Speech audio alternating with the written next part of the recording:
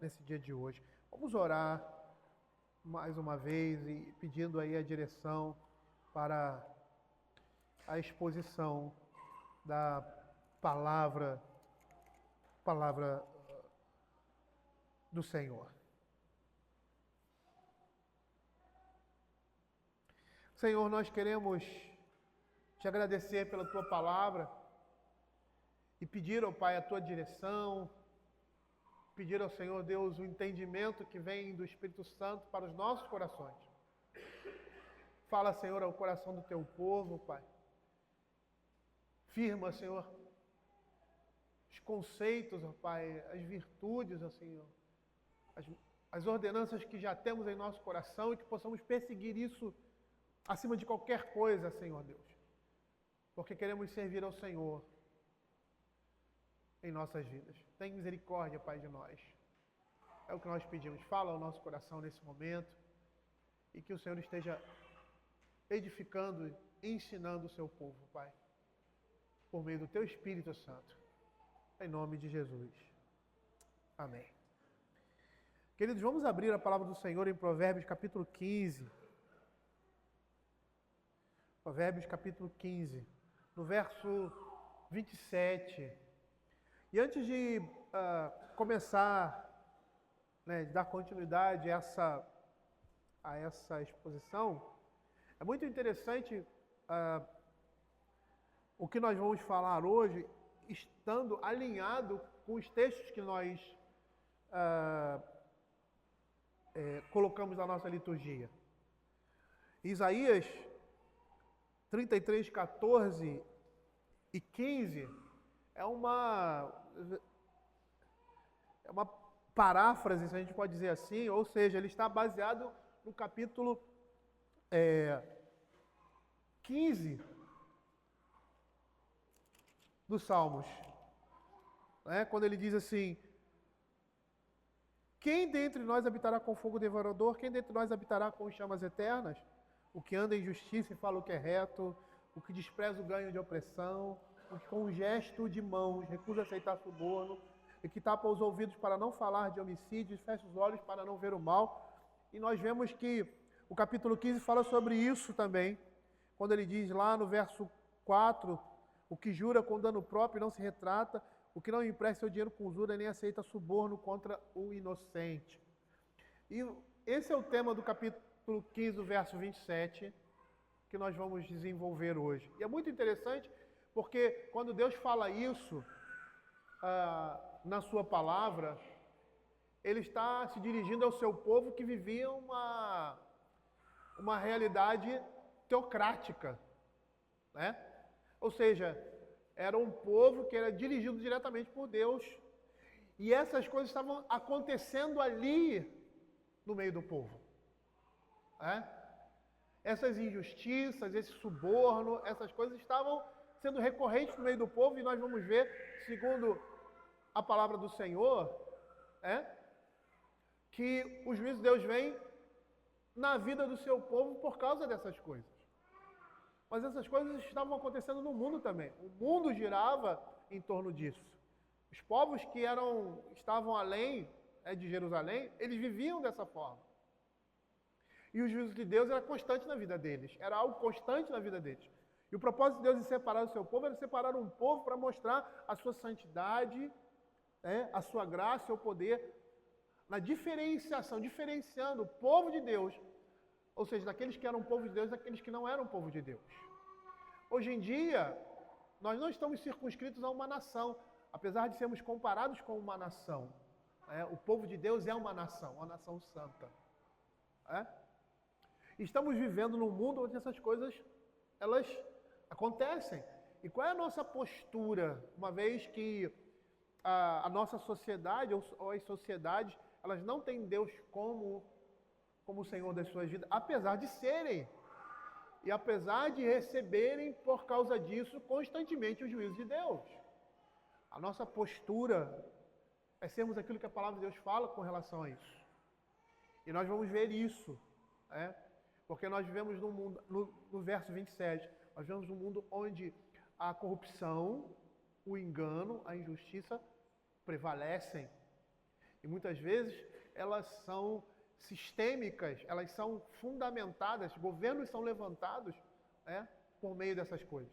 E qual é a nossa postura diante de Deus, diante de uma sociedade que anda na contramão de Deus? É no âmbito das nossas relações e no âmbito da nossa responsabilidade.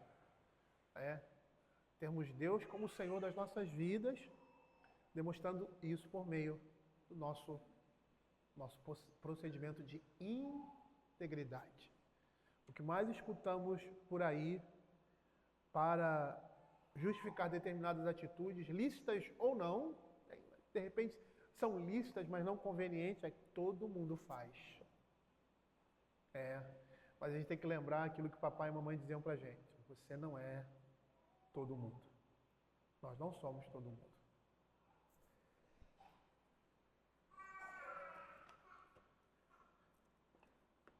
Provérbios 15, verso 27 diz assim: o que é ávido por lucro desonesto transtorna a sua casa, mas o que odeia suborno esse viverá. Esse verso, como nós vimos, ele dá continuidade ao tema dessa subunidade. Eu vou repetir porque semana passada eu não estava aqui. Às vezes a gente esquece que o tema dessa subunidade são as consequências da retidão e da perversidade, que vai do verso 20 até o verso 29. E os versos 25 a 29 estão contidos nesse tema e vão apontar para o destino dos justos e do perverso. A relação que o verso 27 vai fazer com essa nova subunidade, que se desencadeia a partir do verso 25, essa ligação vai ser feita pela palavra casa.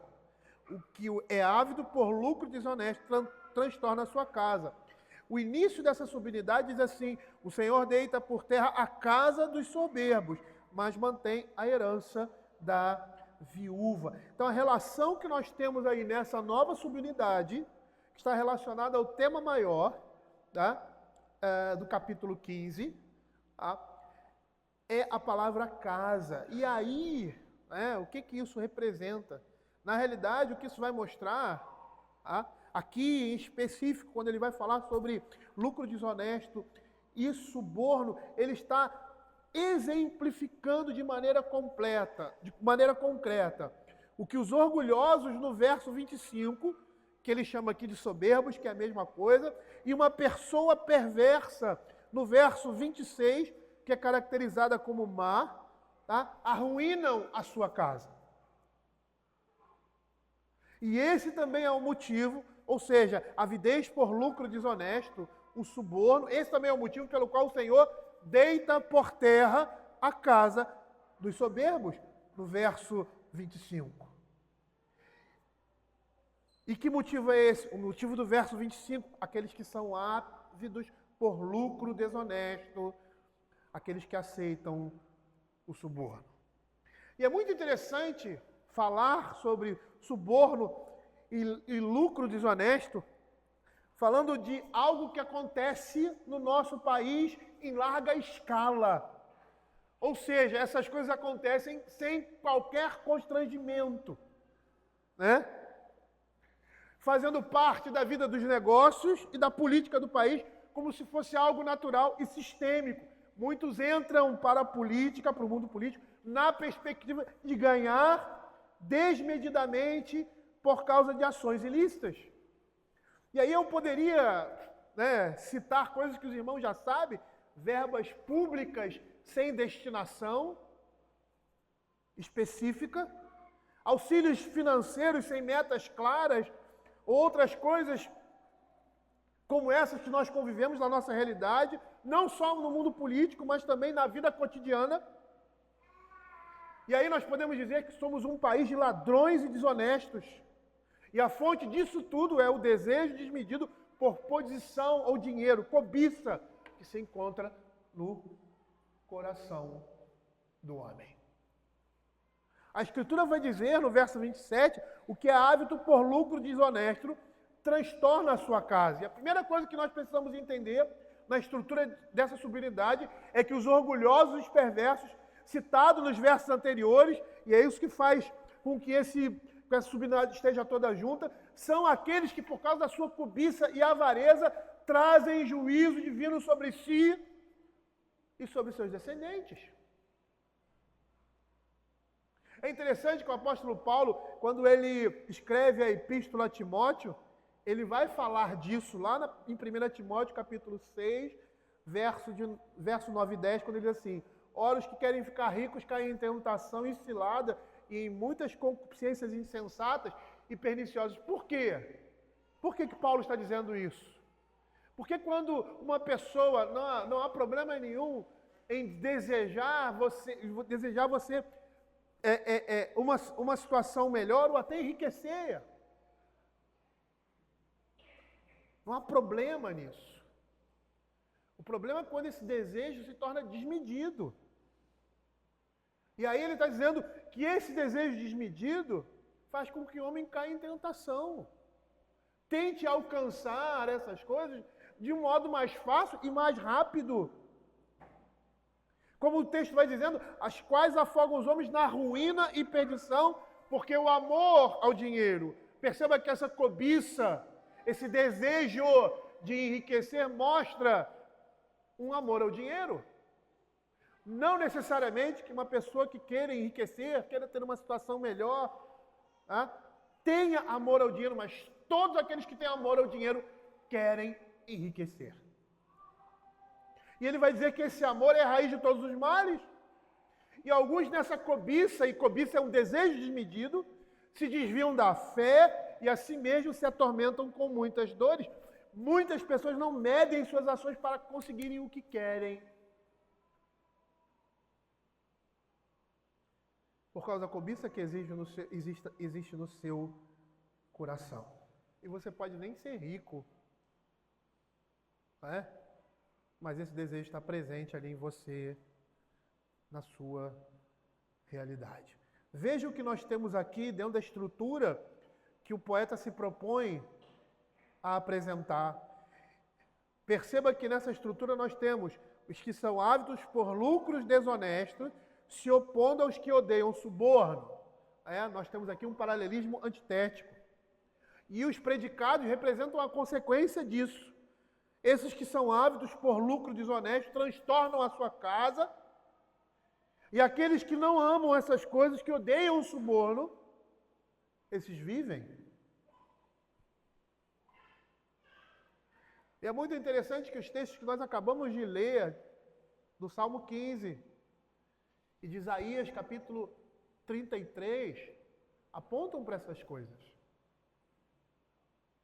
Mas elas apontam para essas coisas não no sentido de uma vida nesse mundo, mas de uma vida eterna. Muito claro lá.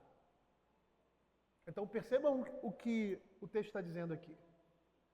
O texto de Provérbios, quando ele vai falar sobre vida, ele sempre vai falar dessas duas relações, ou desses dois aspectos da vida. A vida nesse mundo, mas sempre apontando para a vida eterna. E por que isso? Porque a nossa perspectiva nesse mundo não é vivermos aqui pura e simplesmente. O homem foi criado para viver a eternidade. Ele não é eterno porque ele não tem um começo, ele tem início. E supostamente tem um fim. Mas nós sabemos que esse fim, ou seja, a morte nesse mundo, não é o fim de todas as coisas. Nós estamos na expectativa da certeza do mundo por vir. Então, nada que nós fazemos aqui, ou nada que nós recebemos nesse mundo, tem o propósito de ser desfrutado ou de viver somente nesse mundo. E eu não estou querendo dizer que nós vamos carregar as nossas riquezas. Eu estou dizendo que a nossa vida não se limita a esse mundo. E aquilo que nós fazemos aqui, nós estamos semeando para a vida eterna. Por isso que aqueles que morrem aqui por causa do seu pecado, como juízo do seu pecado, e aquele juízo divino, onde a ira de Deus se manifesta, contrária àquele homem, mostra que o seu fim é a morte. É a morte eterna. Perceba aqui a relação que é feita no livro de Provérbios, quando ele diz aqui, aqueles que são ávidos por lucro desonesto transtornam a sua casa. Esses aqui, no livro de Provérbios, lá no primeiro capítulo, do verso 10 a 19, eles são representados como malfeitores homicidas. Eles serão caracterizados como malfeitores suicidas.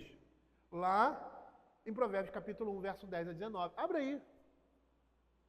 Quando ele diz assim, filho meu, se os pecadores querem seduzir-te, não consintas. Se disserem, vem conosco, embosquemo-nos para derramar sangue, espreitemos ainda que sem motivos inocentes, traguemos-los vivos como abismo e inteiros como os que descem a cova, acharemos toda sorte de bens preciosos e encheremos de despojo a nossa casa. Lança tua sorte entre nós, teremos todos só uma só bolsa. Esses aqui que são ávidos por lucro desonesto, se manifestam aqui no primeiro capítulo de Provérbios como malfeitores homicidas. Homens que estão dispostos a tudo para conseguirem o que eles querem. E o que a Escritura vai dizer para esses homens? Eles estão transtornando a sua casa. Eles estão trazendo destruição sobre si e sobre a sua descendência, por causa dos seus pecados. E é interessante porque nesse verso, no verso 17 aqui, no seu paralelo, esse homem, ele é descrito como um trapaceiro corrupto. Mais claramente na segunda parte, quando diz que aquele que odeia o suborno, ou seja, esse que é ávido por lucro desonesto, ele ama essas coisas. Nessa relação de oposição. Ele ama essas coisas. Segundo Bruce Waltke, e é interessante isso, é até bom você trazer o que o comentarista, né, ou os comentaristas falam a respeito disso, porque não é a sua interpretação. Bruce Waltke, comentando esse texto, ele diz que, mais precisamente, o texto pode estar falando de um funcionário público. De um funcionário público. E aí, olhando a Escritura, né, como um todo, e o propósito de Deus com aqueles que estão em cargos públicos, ou seja, aqueles que estão liderando e servindo a comunidade, esses têm a responsabilidade diante de Deus em servir, dando condições gerais de bem-estar à comunidade. A gente vê muito isso aqui no livro de Provérbios, né? Mas principalmente auxiliar aos mais fracos e debilitados em suas deficiências. O poder público foi estabelecido por Deus com esse propósito. Esse é o propósito de Deus. E isso fica muito claro quando você vê as ordenanças e os mandamentos do Senhor ali para o seu povo, que iria se constituir como uma nação. Começa com uma família, com um clã, e agora ela se torna uma nação, e essa nação deveria apresentar a justiça, a bondade e a misericórdia de Deus. E muitas são as instruções e os mandamentos que se voltam principalmente para aqueles mais necessitados. Para aqueles que precisam do auxílio maior e de uma ajuda maior por parte daqueles que estão liderando, que são responsáveis em prover o bem público. Abra Deuteronômio capítulo 24, verso 14 e 15.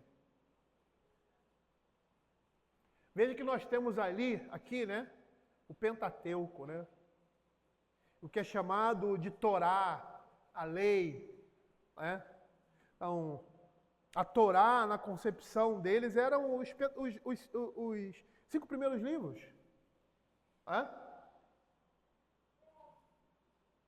Não que a comunidade rejeitasse isso, os samaritanos rejeitavam os profetas, os salmos, mas eles tinham isso em comum, tanto os samaritanos quanto os judeus entendiam que esses 5 livros eram os livros dos mandamentos de Deus, era a Torá, a lei de Deus clara sendo trazida ao povo a partir ali dos 10 mandamentos. E ele diz assim: não oprimirás o jornaleiro pobre e necessitado, seja ele teu irmão ou estrangeiro que está na tua terra e na tua cidade. No seu dia lhe darás o seu salário antes do pôr do sol, porquanto é pobre, e disso depende a sua vida, para que não clame contra ti ao Senhor e haja em ti pecado. Eram pessoas que, assim, dificultavam, ou tardavam em pagar aquelas pessoas que trabalhavam para ela e que necessitavam mais do que outros. Ele está dizendo: não demora, paga o que é devido, porque ele é pobre. Ele não está dizendo que não tem que pagar os outros, ele está dizendo que tem que ter olhos diferenciados para aquela pessoa. E dar aquilo que realmente ela necessita, aquilo que é justo. Por isso que ele diz: jornaleiro pobre e necessitado. Veja o que Jó, capítulo 24, verso 13 e 14 vai dizer. Os perversos são inimigos da luz, não conhecem os seus caminhos, nem permanecem nas suas veredas. De madrugada se levanta o homicida, mata o pobre e ao necessitado, e de noite se torna ladrão. Salmo capítulo 12, verso 5. Veja o que a Escritura vai dizer. Que foi o salmo que nós lemos, que também está alinhado com isso. Por causa da opressão dos pobres e do gemido dos necessitados, eu me levantarei agora, diz o Senhor, e porei a salvo a quem por isso suspira. E Êxodo capítulo 23, verso 9. Veja o que vai dizer. Também não oprimirás o forasteiro, pois vós conheceis o coração do forasteiro, visto que fostes forasteiros na terra do Egito. Perceba aqui a justiça de Deus e principalmente o cuidado de Deus com aqueles que são mais necessitados. Ele diz que vai se levantar contra aqueles que estão oprimindo os pobres e fazendo com que eles estejam gemendo diante de Deus, pedindo a Ele o seu auxílio. É dentro dessa perspectiva que ele é um homicida. Porque o seu suborno, o roubo, e aqui no verso 27, porque lá no capítulo 1 está muito claro, porque o seu suborno, o roubo, causará a morte ou a penúria de alguém mais necessitado. Por quê? Porque ele tirou o proveito de um bem público, prejudicando assim alguém ou a própria comunidade. E aí quando nós olhamos para a história do nosso país, não somente a história recente, conhecimento geral de casos de corrupção. E aí nesses casos de corrupção, um outro lado, que às vezes não é dito, de pessoas que perderam tudo que tinham, outros até que tiraram a vida, porque seus recursos foram escassos. É lógico que um homem que tira a vida porque perde tudo que ele tem, você percebe claramente que o coração dele está nisso, e não no Senhor. É um homem que não conhece a Deus. Mas um erro não justifica o outro. E essas pessoas serão responsabilizadas diante de Deus. E conforme a vontade do Senhor nesse mundo, estarão recebendo o cálice amargo da mão do Senhor. Lembra do Comperge? Ali é Itaboraí, naquela região. Nós estávamos pastoreando essa igreja que estava lá naquela região. estávamos lá em Niterói. E muitas pessoas eram da nossa igreja e trabalhavam no Comperge. E de vez em quando nós íamos para aquela região, até o casamento da Júlia foi lá, e quem foi antes, viu que aquela região, depois que o Comperge começou ali, ela cresceu. Pessoas investiram em empreendimentos, em prédios, colocaram comércio, a cidade cresceu, desenvolveu, por causa daquilo que estava fazendo ali naquela região, trazendo uma infraestrutura e recursos que aquela cidade não tinha, e ela começou a desenvolver.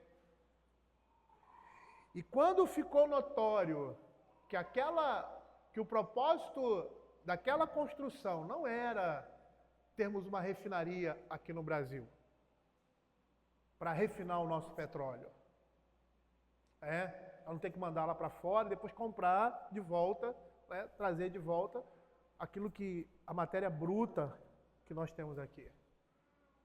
O objetivo ali era ganhar dinheiro. Eu conversava com um membro da nossa igreja que trabalhava lá, na parte de engenharia, e ele me falou determinadas coisas que, assim, qualquer idiota sabe disso. Você não começa uma fábrica ou qualquer coisa pelo meio ou pelo final. Você começa pelo início. E ali não tinha essa ordem. E o desperdício de material depois que a obra foi abandonada, porque descobriram ali que era um buraco onde estava saindo milhões e milhões de reais, de dólares, para o bolso e para outros objetivos, que não era a melhora do nosso país ou daquela região. Eu fiquei sabendo que teve pessoas que se mataram ali, porque perderam tudo quando descobriu-se a corrupção e a obra teve que parar. Milhões de dólares em material jogados fora. Quem será o responsável por essa morte ou essas mortes? Muitas pessoas entraram em falência. Eu fiquei sabendo de um grupo de médicos que comprou uma área, levantou um prédio para colocar ali uma clínica de várias especialidades. E aí, quando aconteceu aquilo tudo, eles perderam tudo. A gente pode falar das Olimpíadas no Rio de Janeiro, estádios superfaturados, que esse dinheiro faltou na época da pandemia. E aí você via pessoas dizendo, para que hospital? Não precisamos de hospital.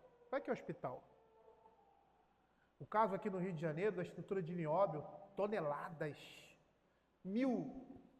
uma estrutura de mais de 1.000 toneladas, 9.000, sei lá, coisa assim que você perde, sumiu, desapareceu. Vários casos de corrupção no tempo da pandemia. Se tornou tão comum respiradores do consórcio Nordeste, em que o ministro da Casa Civil do atual governo era o cabeça. 45 milhões.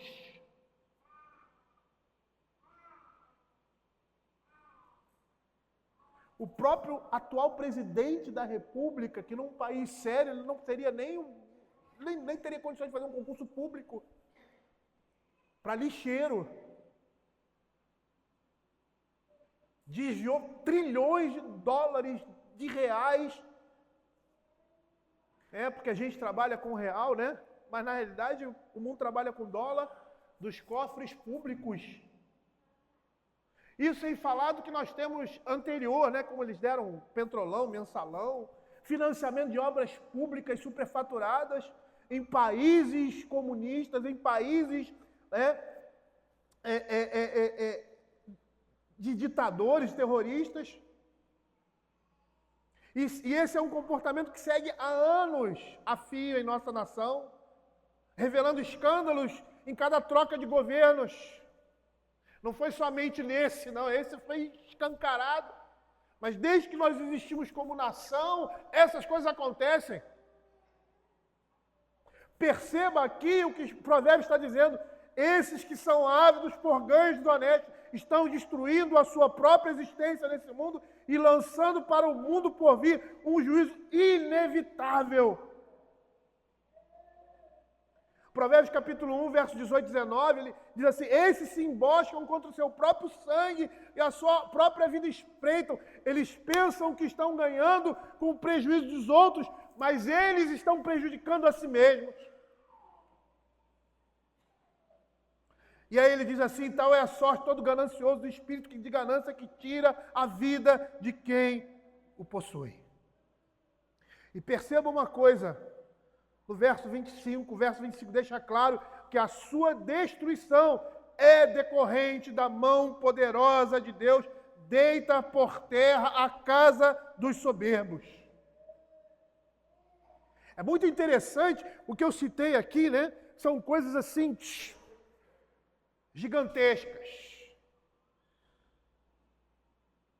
Mas muitas vezes o nosso sentimento e as nossas ações são semelhantes em coisas menores.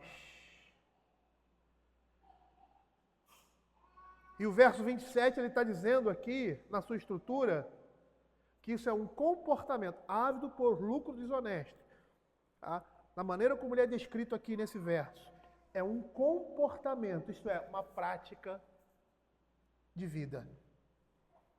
É muito interessante nós olharmos o que essa palavra ela quer dizer no original, né? Aquilo que foi traduzido por ávido, por lucro desonesto, ela tem uma palavra só no hebraico, que é betsa, que literalmente significa lucro, ganho injusto ou cobiça, que significa uma vantagem derivada de alguma atividade com um sentido negativo, como no caso de alguém que pratica extorsão e tira a sua parte dos lucros de um negócio que não é legítimo.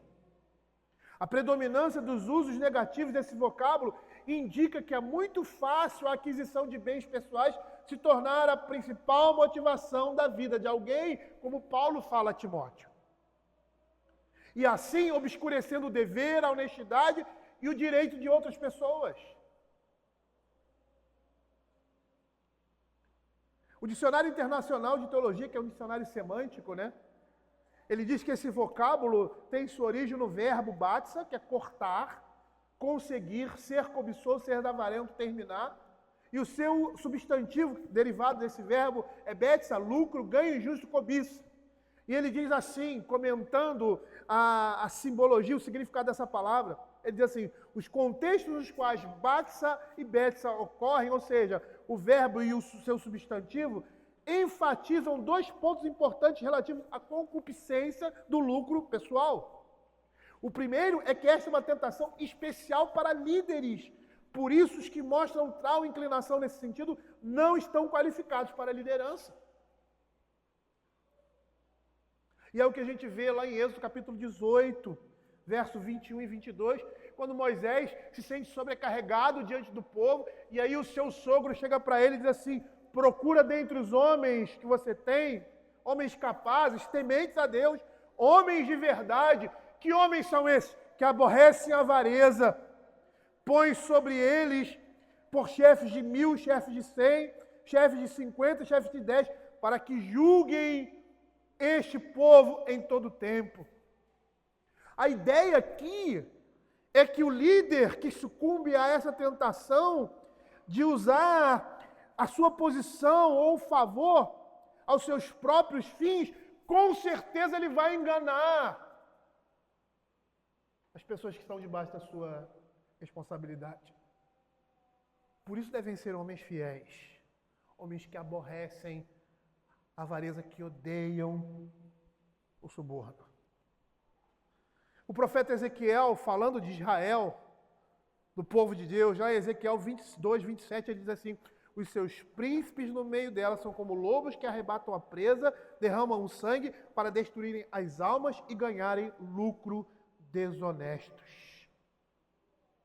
A Escritura no Velho Testamento vai nos mostrar que o desejo de lucro pessoal por parte dos líderes levou Israel à ruína. Levou o povo de Deus à ruína. E é isso que leva à ruína um homem e a sua casa. Veja alguns exemplos aí. Abra 1 Samuel, capítulo 8, verso 3. Veja o que o povo falou para Samuel. E Samuel era um homem fiel. Não era como Eli. Samuel, segundo a Escritura e segundo o que nós vemos aqui, ele repreendia os seus filhos. Ele via o erro nos seus filhos, não ficava calado, como Eli ficava. Provavelmente ele deve ter aprendido, né, o certo ao ver o errado em Eli. Diz assim, porém seus filhos não andaram pelos caminhos dele, antes se inclinaram à avareza e aceitaram subornos e perverteram o direito. Então os anciãos, todos de Israel se congregaram e vieram a Samuel a Ramá e disseram, veja, estás velho e teus filhos não andam pelos teus caminhos. Constitui-lhes, pois, agora um rei sobre nós que nos governe como tem todas as nações. Perceba como isso trouxe ruína a Israel, de tal forma que eles desejaram alguma coisa e por trás disso eles estavam rejeitando o próprio Deus. Foi isso que Deus falou para Samuel. Samuel, eles não estão rejeitando a vocês, estão rejeitando a mim. Abra Isaías, capítulo 56, verso 5. O profeta Isaías se referindo aos líderes de Israel, veja o que ele diz, tais cães são gulosos, nunca se fartam, são pastores que nada compreendem, e todos se tornam para o seu caminho, cada um para a sua ganância, todos sem exceção. Isso não deveria acontecer no meio do povo de Deus, porque eles foram constituídos com outro propósito, para que a justiça, para que o direito, para que a retidão fosse a marca da sua liderança e daquele povo. Mas o desejo por lucro, a cobiça, fez com que eles caíssem nesse pecado. Veja o que Jeremias capítulo 8, verso 10 vai dizer. Portanto, darei as suas mulheres a outros, e seus campos a novos possuidores, porque desde o menor deles até o maior, cada um se dá à ganância. E tanto o profeta como o sacerdote usam de falsidade. Judá está sendo rejeitado por causa disso. E ainda em Jeremias capítulo 22, verso 17. Mas os teus olhos e teu coração não atendem, senão para a tua ganância, e para derramar o sangue inocente, para levar a efeito a violência e a extorsão. A palavra de Deus que estava indo contra Joaquim, rei de Judá. A Escritura está dizendo aqui que esses que agem dessa forma transtornam a sua casa, trazem destruição à sua casa, trazem o juízo de Deus sobre si, porque estão andando nesses caminhos. E esses caminhos levam à destruição. Matthew Henry, comentando esse verso, ele vai dizer assim: os que são cobiçosos provocam problemas às suas famílias, e o que se dá à cobiça, e por isso se torna um escravo do mundo, levantando-se cedo, ficando desperto até tarde, comendo o pão da preocupação devido à cobiça. Aquele que se apressa e pressiona a si mesmo, e a todos ao seu redor, nos negócios, se irrita com cada perda e desapontamento, e discute com todos que atrapalham o seu lucro. Perturba a sua casa, é um fardo e uma irritação para os seus filhos e seus servos. Aquele que na sua cobiça recebe subornos e usa maneiras ilícitas de obter dinheiro, deixa uma maldição com o que obtém aos que vierem depois dele, que mais cedo ou mais tarde trará aflições para a sua casa. E aí, Matthew Henry vai citar Abacuque, capítulo 2, verso 9 e 10, e vai dizer assim: ai daquele que ajunta em sua casa bens mal adquiridos, para pôr em lugar alto o seu ninho, a fim de livrar-se das garras do mal. Vergonha maquinaste para a tua casa, destruindo tu a muitos, pecaste contra a tua alma. Às vezes a gente pode não se encaixa, né? Ah, não, eu não me encaixo nisso. Eu não sou político, não sou um grande empresário, sei lá o quê. Mas muitas vezes nas nossas relações, nós estamos tendo esse mesmo desejo. E estamos fazendo tudo para conseguir os nossos objetivos. Às vezes objetivos lícitos, mas nós não somos jesuítas, né? Que tinham como máxima os fins justificarem os meios. Mas veja o que a Escritura vai dizer aqui na sua contraparte, mas o que odeia o suborno esse viverá. Lembra que o capítulo 10 é o início da primeira parte do livro de Provérbios, né? Nós temos o prólogo que vai até o capítulo 9, e o capítulo 10 é a primeira parte, a primeira coleção do livro de Provérbios, e são provérbios antitéticos, que vai mostrar o comportamento do justo e o comportamento do ímpio, o caminho do justo, a diferença entre o justo e o perverso, entre o ímpio e o santo. E nós estamos vendo essa diferença aqui. Agora, quando ele diz, mas o que odeia o suborno viverá. Esse verso aqui, em seu paralelo, ele está equiparando lucro desonesto com suborno, restringindo aqui o sentido de lucro desonesto, que pode, em primeiro momento, ser de forma geral. Agora ele está restringindo ao suborno. A palavra suborno no original significa literalmente presente, dádiva. É muito interessante. Quando esse vocábulo tem o sentido de suborno, denota ação de fazer um pagamento a alguém em posição de autoridade em troca de favores ou presente. E mais tipicamente relacionado a ignorar atividades ilegais. Seria presentear alguém com a quantia em dinheiro ou qualquer outro presente valioso em troca de benefícios ilegais. Ou até um benefício legal adquirido por meios ilegais. Então o benefício se torna ilegal. Veja o que a Escritura fala sobre suborno.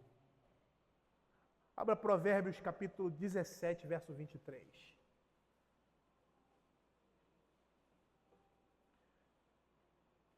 E é interessante porque, às vezes, as traduções, né? Suborno é uma palavra moderna. Como nós temos aqui, né? Lá no hebraico essa palavra não existia, como nós temos aqui na nossa língua. Era presente, dádiva. Então, o suborno é um presente que você dá. Literalmente seria isso. Quando esse presente é dado de forma a você ganhar alguma coisa ilícita, na nossa língua nós temos suborno. Nós temos um vocábulo para presente e outro para suborno. Mas o sentido é o mesmo. O sentido é o mesmo. E isso vai alargar o nosso entendimento. Porque às vezes nós estamos subornando as pessoas sem saber. Ou seja, sabendo, né? O perverso aceita suborno secretamente para perverter as veredas da justiça. Eclesiastes capítulo 7, verso 7. Veja o que a Escritura vai dizer. Verdadeiramente a opressão faz endoidecer até o sábio, e o suborno corrompe o coração. Miqueias, por que corrompe o coração? Porque faz com que a pessoa faça aquilo que agrada ao outro, por causa do presente. Miqueias capítulo 7, verso 3. As suas mãos estão sobre o mal e o fazem diligentemente. O príncipe exige condenação, o juiz aceita suborno. O grande fala dos maus desejos da sua alma, e assim todos eles juntamente urdem a trama. Veja Miqueias, capítulo 3, verso 11. Veja o que a Escritura vai dizer. Os seus cabeças dão as sentenças por suborno, e os seus sacerdotes ensinam por interesse, os seus profetas adivinham por dinheiro, e ainda assim encostam ao Senhor, dizendo: não está o Senhor no meio de vós? Nenhum mal nos sobrevirá. Interessante, né? Olha como ele classifica essas coisas. Cabeças dão sentença por suborno. Os sacerdotes ensinam por interesse. Está colocando no mesmo patamar. A gente vê muitas vezes um discurso de púlpito ser mudado por causa daquilo que a pessoa vai receber. Os seus profetas adivinham por dinheiro.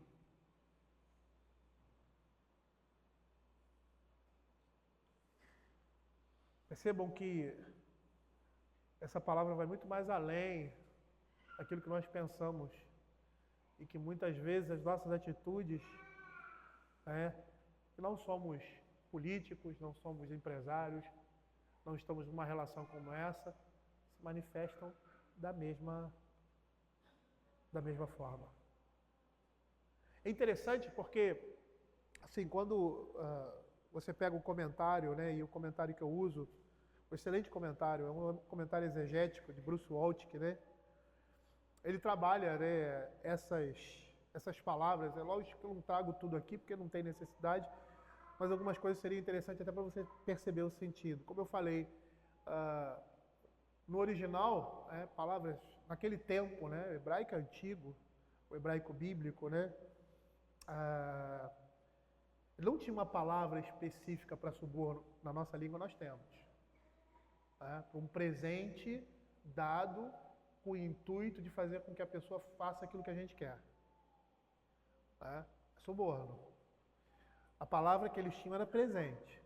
Quando o presente era usado dessa forma, tinha esse sentido negativo. Quando o presente era usado de outra forma, tinha um sentido positivo. E é interessante que na literatura sapiencial, os presentes são sempre usados para influenciar o julgamento ou a conduta de uma outra pessoa. E isso não necessariamente de forma positiva ou negativa. E aí, a gente tem alguns exemplos de licitudes ou de, vamos dizer assim, indiferenças com relação a você dar um presente. Lá em Provérbios capítulo 18, verso 16, a pessoa que dá um presente com o propósito de abrir o caminho para a presença do rei. Veja o que diz aqui: o presente que o homem faz, alarga-lhe o caminho e leva-o para os grandes. E aqui, não quero fazer nenhum juízo de valor, porque a gente vai passar por lá. Provavelmente aqui, olhando na perspectiva pura e simplesmente do Salmo, é uma pessoa que quer agradar.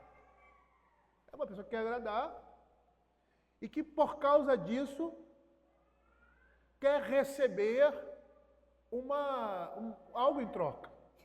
E não necessariamente que isso seja ruim. Veja o que o Provérbios capítulo 19, verso 6 vai dizer. Ao generoso, muitos o adulam, e todos são amigos do que dá presentes. E aqui ele está falando de uma perspectiva negativa, não por aquele que é generoso, mas por aquele que se influencia por essa generosidade, quer tirar proveito dessa generosidade. Porque é algo bom a generosidade, mas muitos se aproveitam disso. Ou para apaziguar o furor do rei, acalmar os ânimos. E necessariamente isso não é ruim. Lembre-se de você na sua casa quando acontece alguma coisa com a sua esposa, alguma briguinha, e aí o que você faz? Você vai comprar um presente para ela. Vocês se reconciliam, primeiro, é lógico, e aí depois você vai dar um presente. Por que você faz isso? Porque você quer agradar.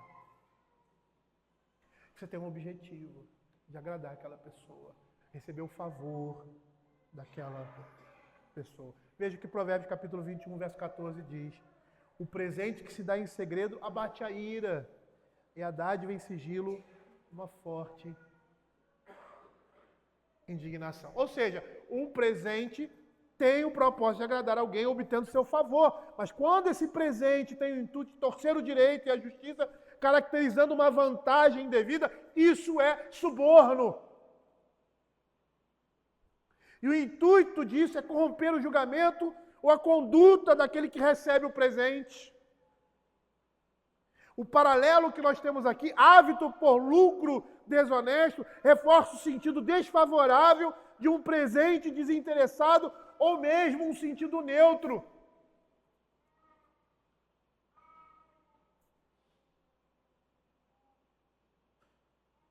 Ou seja, a ideia aqui é de alguém que é ávido por ganhar dinheiro, avarento, cobiçoso.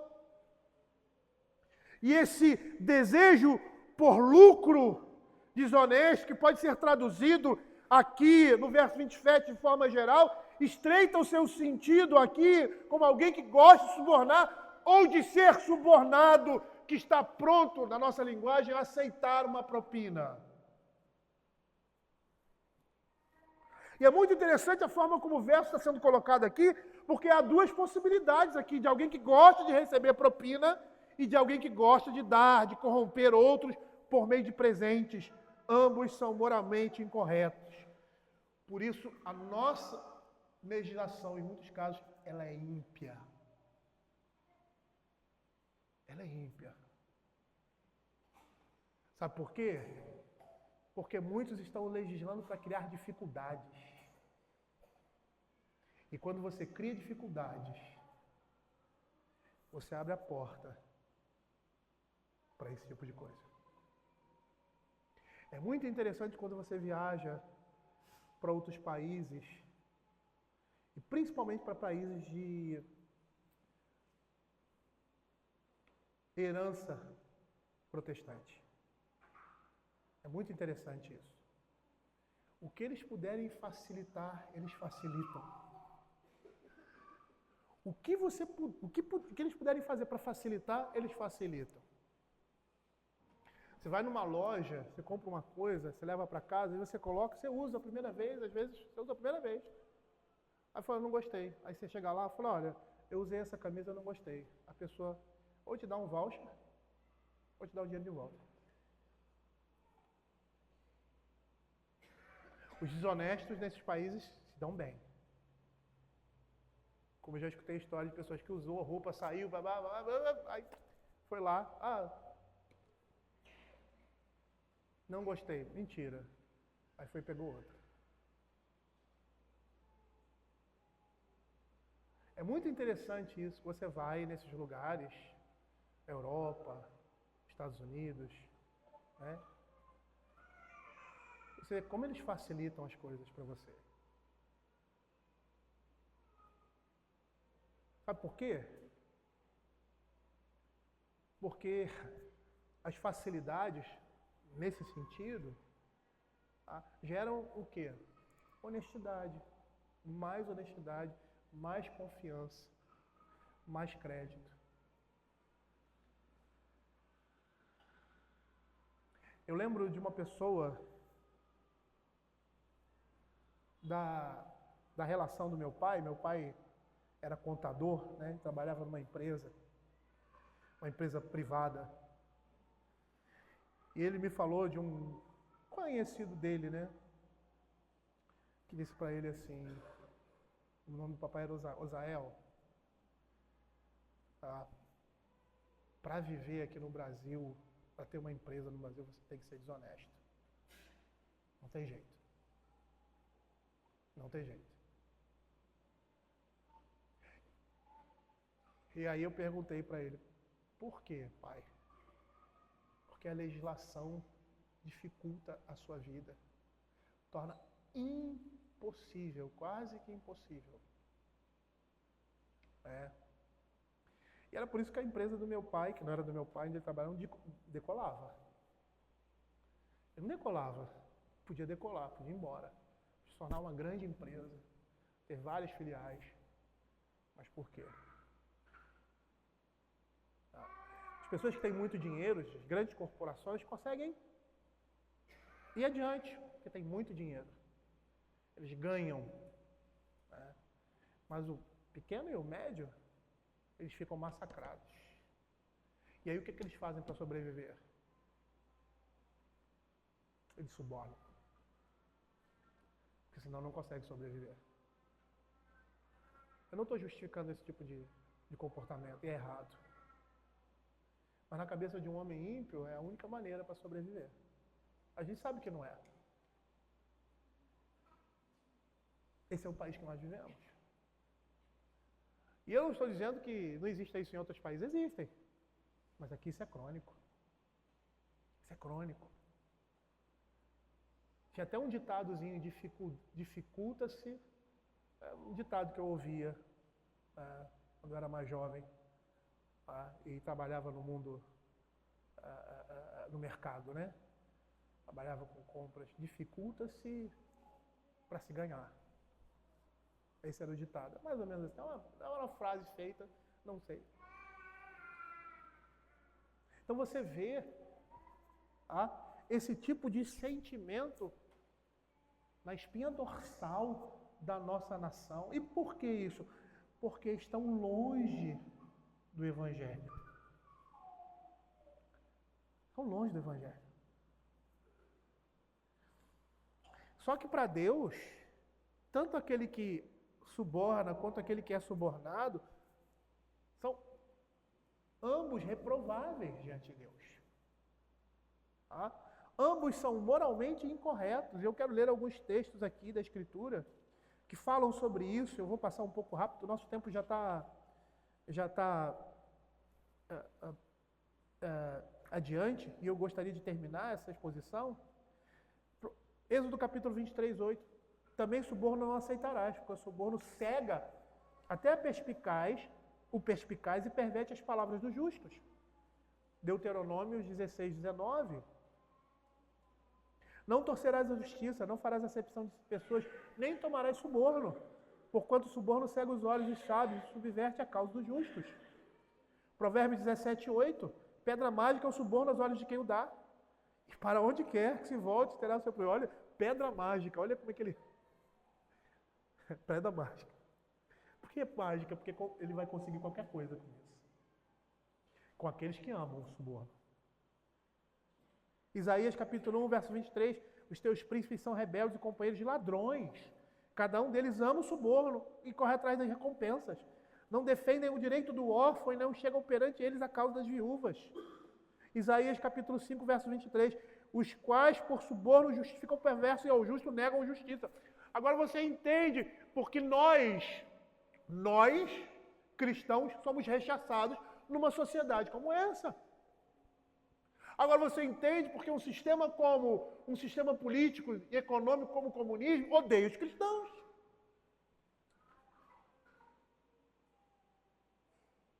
Porque vai contra tudo o que a palavra de Deus faz. Tudo que eles fazem é contrário à palavra de Deus. Por isso que esses homens não são inimigos do capitalismo ou de qualquer outro ismo. Eles são inimigos da cruz de Cristo. São inimigos declarados da cruz de Cristo. Porque a estrutura de pensamento deles, em tudo que eles fazem, o seu fundamento está aí. Na injustiça, no logro, na desonestidade. E na exploração daqueles mais necessitados. Também. Certo comentarista faz uma observação interessante, dando um exemplo claro a respeito disso aqui, falando de Abraão e Elias. Que eles recusaram presentes neutros. Eles recusaram presentes neutros. Os presentes eram neutros. Ou seja, não tinha o propósito necessário, não tinha o propósito de suborná-los. Eram presentes de gratidão. Mas eles rejeitaram a fim de proteger a sua reputação diante de Deus e diante dos homens. O caso de Abraão, quando ele resgata Ló da guerra que se empreendeu ali em Sodoma e Gomorra, né? 4 reis contra 4 reis, e levaram tudo. Aí Abraão pega os homens nascidos na sua casa, 700, uma família grande, né? E vai batalhar e ganha, leva tudo de volta. Eles saquearam uma cidade, ele leva tudo de volta. Aí o rei queria dar um presente para ele. Ele falou, não quero nada. Eu vou pegar só o que é necessário com relação a esses homens que guerrearam aqui. O pagamento, o salário deles e do que eles comeram, mas nada. Veja o que diz Gênesis capítulo 14, 21 a 24. Então disse o rei de Sodoma a Abraão, dá-me as pessoas e os bens ficarão contigo. Mas Abraão lhe respondeu, levanta a mão ao Senhor, Deus Altíssimo, o que possui os céus e a terra, e juro que nada tomarei de tudo que pertence, nem um fio, nem uma correia de sandália, para que não digas, eu enriqueci Abraão. Era um homem destituído de avareza. Ele era um homem rico, e as pessoas ricas sempre querem ficar mais ricas. Ele era um homem destituído de avareza. Por quê? Porque o seu coração não estava naquilo que ele tinha, mas no Senhor. Ele era um homem rico. E ele lutou e ele teria direito de chegar e dizer, eu quero uma parte aí nos despojos de vocês. Mas ele não fez isso. O rei queria dar a ele. Ele não quis. Não quero para mim, senão o que os rapazes comeram e a parte que toca os homens de Aner, Ascol e Manre. Ou seja, ele sai para a guerra, e ele tem uma despesa. Essa despesa com esses homens, ele iria pagar. Então ele diz assim, paguem a despesa deles. Que foram comigo. Estes que tomem o seu quinhão. Presentes neutros. Mas ele quis se resguardar, ele disse, eu não quero que ninguém diga, olha, ele ficou rico às minhas custas. Porque pegou daquilo que é meu, que foi roubado. Uma outra situação se encontra em 2 Reis, capítulo 5, verso 16, entre Elias e Geazi. 2 Reis, Eliseu, né? E às vezes eu confundo Elias com Eliseu. É Elias. Na cura de Naamã, o Ciro.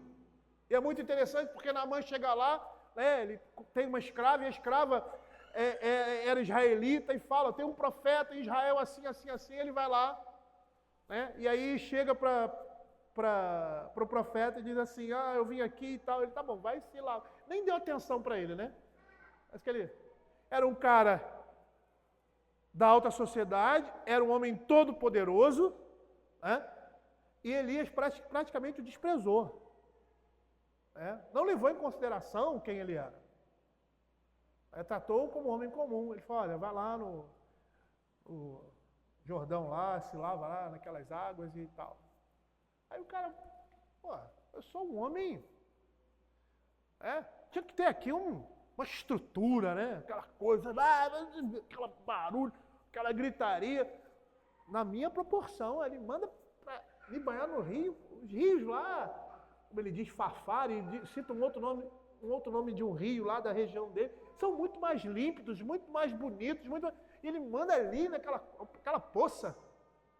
Aí o servo chega para ele e fala assim, meu senhor, ele pediu alguma coisa grande? Vai e faz. E aí nessa ida, e nessa molhada no rio que ele se cura, ele é humilhado. Ele é humilhado. Ele é colocado no lugar dele. Ele reconhece o poder de Deus. E aí ele volta para agradecer. E assim, me deixa dar um presente para você. Ele podia receber isso. Mas falou, não vou, não preciso de presente. Não preciso de presente. Eu não fiz isso para ganhar dinheiro. Entendeu? Não fiz isso. Vai lá, vai em paz. E ele vai embora. Aí o que Geazi faz? A avareza no coração de Geazi vai lá e mente. E meu senhor mudou de ideia e tal, e aquela coisa toda, e ele vai e recebe o presente. E veja o que acontece com Geazi. Em 2 Reis, capítulo 5, 26 e 27, assim. Eu vou ler o verso 16, 15 e 16, quando Naamã volta, diz assim, voltou ao homem de Deus, ele toda a sua comitiva, Veio, pôs-se diante dele e disse: Eis que agora reconheço que em toda a terra não há Deus, senão Israel. Agora, pois, te peço que aceites um presente do teu servo. Porém, ele disse: Tão certo como vive o Senhor, em cuja presença estou, não aceitarei. Estou com ele para que eu aceitasse. Mas ele recusou. E aí, nesse segundo momento, 2 Reis, capítulo 26, capítulo 5, 26 e 27, era isto ocasião para tomares prata e para tomares vestes, olivais e vinhas, ovelhas e bois, servos e servas? Portanto, a lepra de Naamã se pegará a ti e a tua descendência para sempre. Então saiu diante dele leproso, branco como neve. Perceba aqui como a avareza de Geazi trouxe destruição, não somente para ele, como para toda a sua família. Perceba como esses versos se completam, dando sentido aqui de ambos, os que são ávidos por lucros desonestos e os que amam o suborno, tanto com aqueles que não odeiam essas coisas. Veja qual é o fim deles. Tá? O fim deles é a sua própria destruição. Esse provérbio, na segunda parte, ele é impreciso, porque ele nos diz que os que odeiam o suborno, os que não odeiam o suborno viverão, implicando aí na continuação da sua casa, da sua geração. E os que são ávidos por lucro desonesto destroem a sua casa, implicando na perda da sua vida. Essa é a ideia aqui. E não necessariamente de uma morte momentânea, mas também de uma morte eterna. E é muito interessante nós percebermos no livro de Provérbios como essas coisas estão relacionadas à herança física na Bíblia, relacionada com a herança espiritual. E aí Matthew Henry termina o seu comentário dizendo assim: os que são generosos, além de justos, transmitem uma bênção às suas famílias. O que aborrece as dádivas, o que odeia o suborno, na versão da nossa Bíblia, que não permite que suas mãos peguem os subornos que são postos nelas para perverter a justiça, e que abominará todas as maneiras indiretas e pecaminosas de obter dinheiro, que detesta ser torpe e mercenário e está disposto, se houver oportunidade, a fazer o bem gratuitamente, viverá. Ele terá o conforto da vida e viverá em prosperidade e prestígio. O seu nome e a sua família viverão e continuarão. É muito interessante a gente, quando vai pregar numa outra igreja, que todas as igrejas, todas não, né? Elas dão oferta. Elas dão oferta. Você sabe que o pastor está saindo da sua casa, está saindo do seu lugar, né? Uma oferta que dá para você cobrir os custos da sua viagem, né? Às vezes igrejas ricas demais dão um valor alto demais. Eu nunca recebi isso. Mas é interessante porque isso vem de uma perspectiva de que o trabalhador é digno do seu salário. E o ministro, ele deve ser reconhecido também dessa forma. Tá? Mas é muito perigoso isso se tornar um pagamento. E a disposição do nosso coração, como de qualquer um de nós, no nosso trabalho, se voltar exclusivamente para o salário. Eu já trabalhei em determinados lugares, tá? Como por exemplo a vida militar, eu ansiava por dois motivos, porque a minha família tinha essa cultura e eu gostava, e também do salário. Mas quando o salário começou a ficar ruim, eu continuei com o mesmo tipo de comportamento, com a mesma seriedade, com o mesmo envolvimento, com o mesmo comprometimento. Por quê? Porque o que eu faço não depende do que eu ganho. Como professor, eu ganho pouco. A gente tem que trabalhar muito para ganhar alguma coisa. Tá? Mas o meu trabalho ali não está relacionado àquilo que eu recebo. Está relacionado ao meu chamado e à minha obrigação. E é muito interessante, quando a gente vai em determinada igreja, a gente não recebe nada. E é muito bom isso. Tá? Para que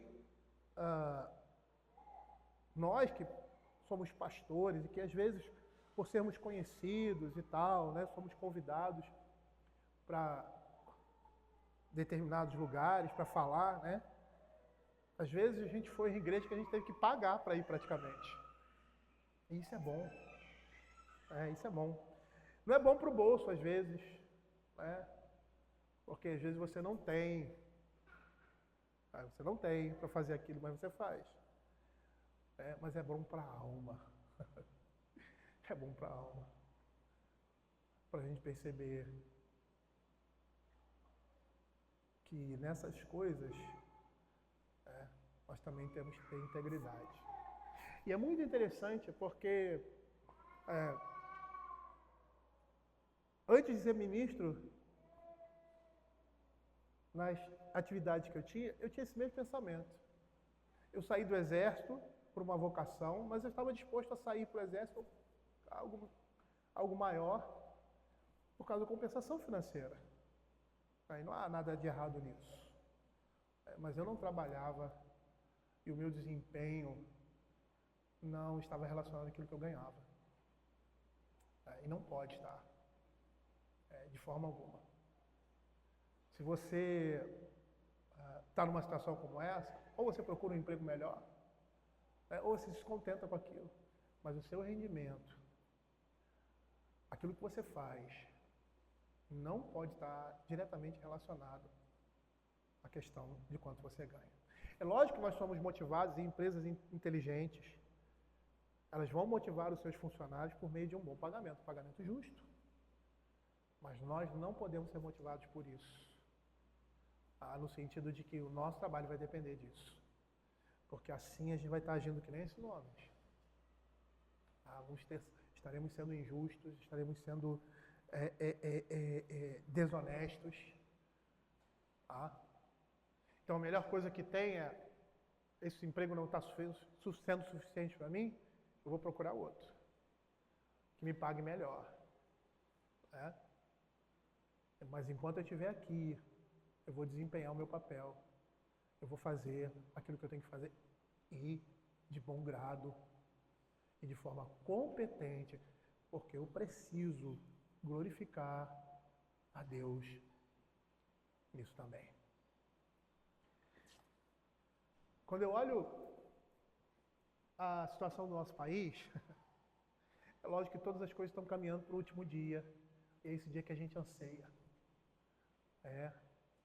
Mas eu entendo que Deus não permite que a maldade, a malignidade, ela permaneça.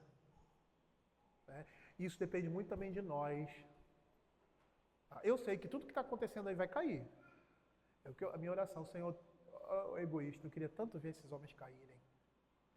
Como eu queria me alegrar com isso, porque Provérbios diz, que quando cai o ímpio, o justo se alegra. Eu não sei se eu vou ver isso. Mas eu sei que eles vão cair.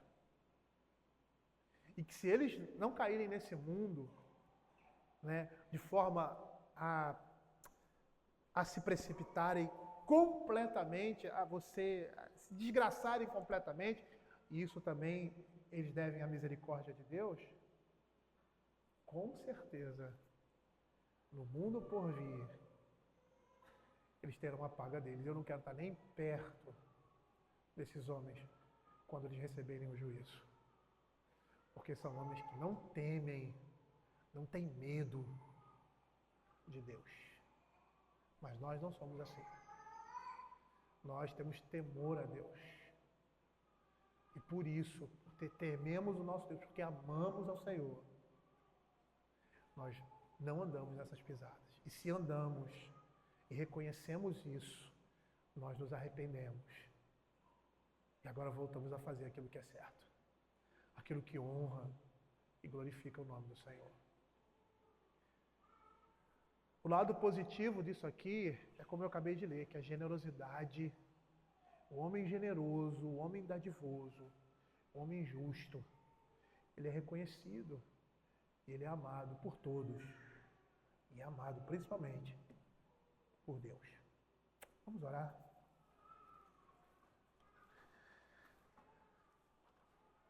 Senhor, queremos te agradecer, ó Pai, pela tua palavra. E queremos pedir que o Senhor tenha misericórdia das nossas vidas, misericórdia da nossa nação. Quantas coisas estão sendo, Senhor Deus, colocadas aos nossos olhos, ó Pai, que agora estão tão patentes. A injustiça agora é justificada pela justiça. Aquilo que é errado hoje é dito claramente que é certo. E o teu povo, Senhor Deus, não consegue viver num ambiente desse, ó Pai.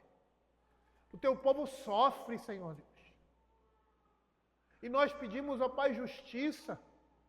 Sabemos como a palavra de Deus diz que o juízo de Deus vem sobre o seu povo primeiramente. Então nós precisamos, ó Pai, nos arrepender dos nossos pecados, ó Pai, concernentes a isso, e tomar uma atitude de integridade na nossa sociedade, Senhor Deus, com relação a essas coisas. Abre os nossos olhos, ó Pai, para não sermos levados com o mundo, Senhor. Que o Senhor, ó Pai, ouça as nossas orações, ó Pai, e esteja trazendo justiça e juízo, Senhor Deus, aquilo que é medido por Ti nesse tempo onde, Senhor Deus, o Teu juízo recai sobre nós. Que aquilo que é permitido para o Senhor, ó Pai,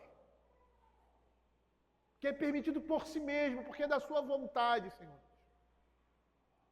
Que a justiça alcance e o juízo, Senhor Deus, esteja, Pai, presente nesse mundo. Que o Senhor esteja, Pai, agindo assim, em favor do Teu povo, Pai. Porque nós sabemos, segundo a palavra de Deus, que a medida do pecado dos homens ainda não encheu a medida do Senhor, para que o juízo venha de forma cabal. Porque a sua misericórdia ainda, a sua longanimidade ainda, Pai, a sua paciência ainda, Senhor Deus, não chegou ao limite insuportável. Que o Senhor esteja aliviando o seu povo, Pai, se for essa a tua vontade. Que o Senhor esteja dando graça à nossa nação, Pai, se essa também for a tua vontade, Pai. De uma forma geral. É o que nós pedimos. Mas guarda o teu povo, Pai, de pecar e de ter as mesmas, ao Senhor, pisadas desses homens. É o que nós pedimos, em nome de Jesus. Amém.